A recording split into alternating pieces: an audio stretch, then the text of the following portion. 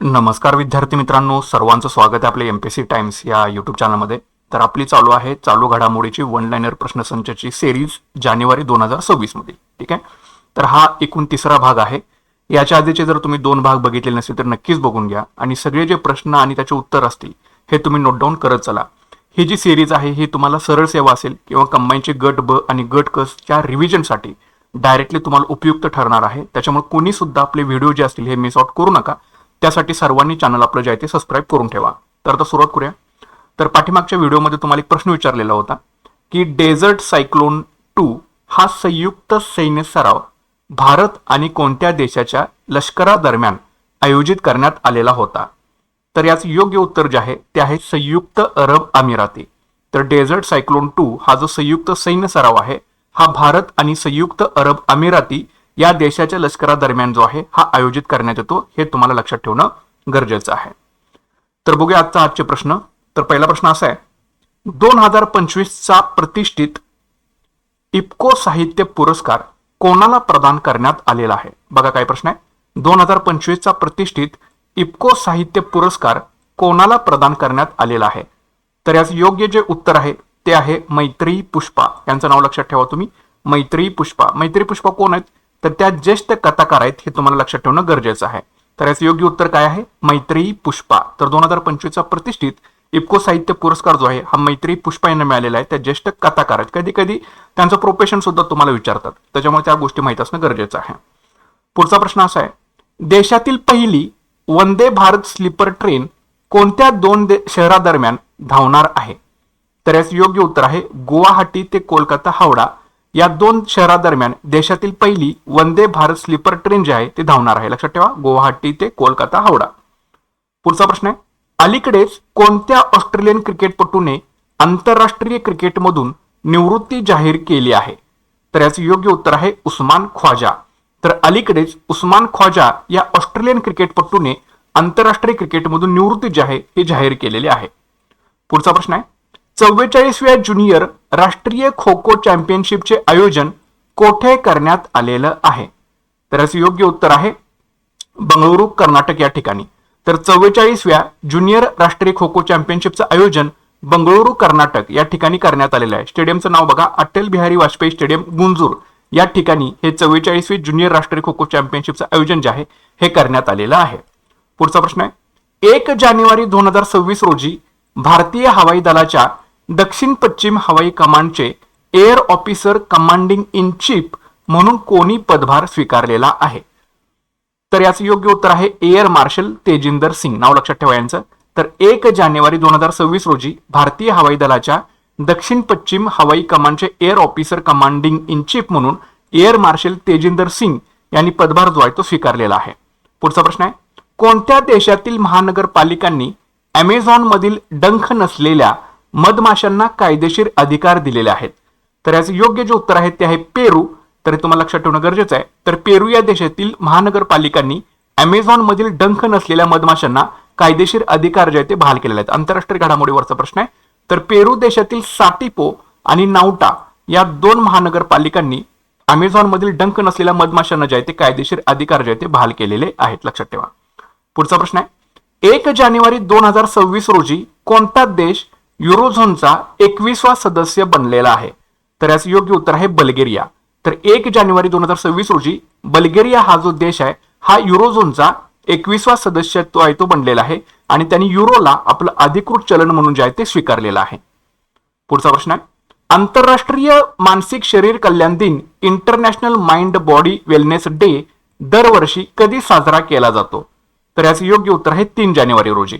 तर आंतरराष्ट्रीय मानसिक शरीर कल्याण दिन international mind body wellness day हा दरवर्षी 3 जानेवारी रोजी साजरा केला जातो. पुढचा प्रश्न आहे, महाराष्ट्रात सावित्रीबाई फुले यांचा जन्मदिवस कोणत्या नावाने साजरा केला जातो. तर याचे योग्य उत्तर आहे बालिका दिन व महिला मुक्ती दिन. तर महाराष्ट्रात सावित्रीबाई फुले यांचा जन्मदिवस जो आहे हा बालिका दिन आणि महिला मुक्ती दिन या नावाने जो आहे तो साजरा केला जातो. पुढचा प्रश्न आहे, 1 जानेवारी 2026 रोजी संरक्षण संशोधन आणि विकास संस्थेने आपला कितवा स्थापना दिन साजरा केला. तर याचं योग्य उत्तर आहे 68वा. तर 1 जानेवारी 2026 रोजी संरक्षण संशोधन आणि विकास संस्थेने आपला 68वा स्थापना दिन जो आहे हा साजरा केलेला आहे. लक्षात ठेवा, लिहून घ्या. पुढचा प्रश्न आहे, ग्रामीण भारतात विम्याचा प्रसार वाढवण्यासाठी भारतीय आयुर्विमा महामंडळाने कोणासोबत भागीदारी केलेली आहे? तर याचं योग्य उत्तर आहे सहज विमा सेवा. तर ग्रामीण भारतामध्ये विम्याचा प्रसार वाढवण्यासाठी भारतीय आयुर्विमा महामंडळाने म्हणजे LIC ने सहज विमा सोबत जे आहे ही भागीदारी जी आहे ती केलेली आहे.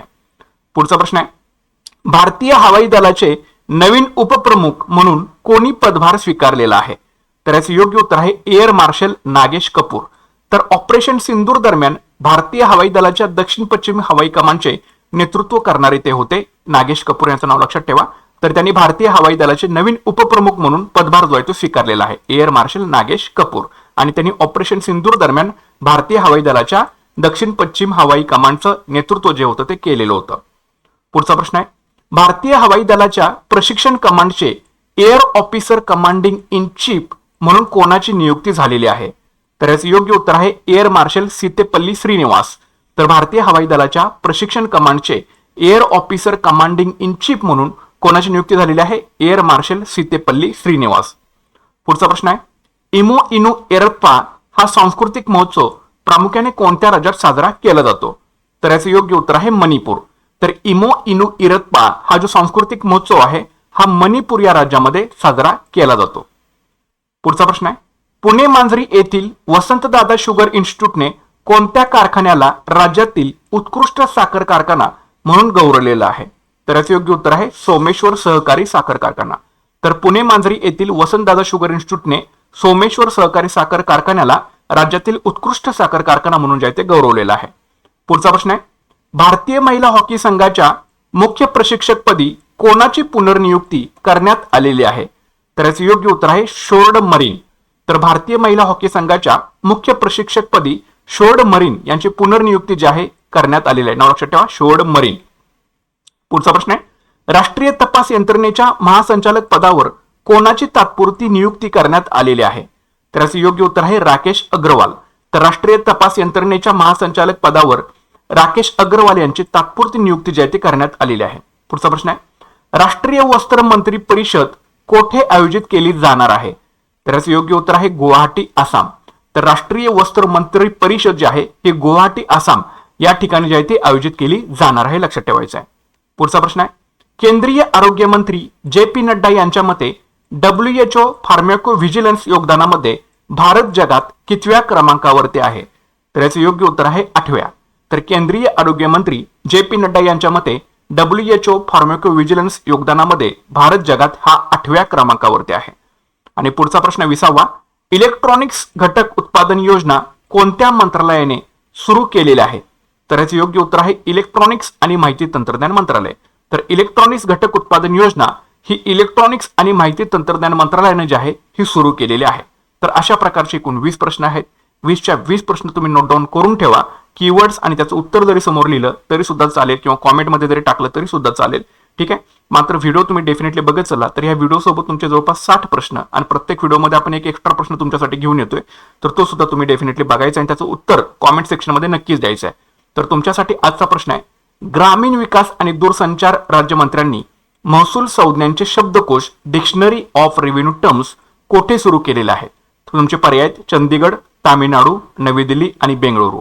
तर या प्रश्नाचं उत्तर तुम्ही कॉमेंट सेक्शनमध्ये नक्कीच द्या. पुन्हा एकदा प्रश्न ऐका, ग्रामीण विकास आणि दूरसंचार राज्यमंत्र्यांनी महसूल संज्ञांचे शब्दकोश कोठे सुरू केले?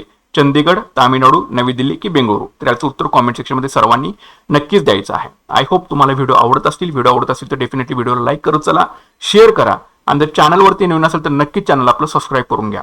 भेटूयात पुढच्या व्हिडिओ सेशनमध्ये. Thanks for watching guys and all the best.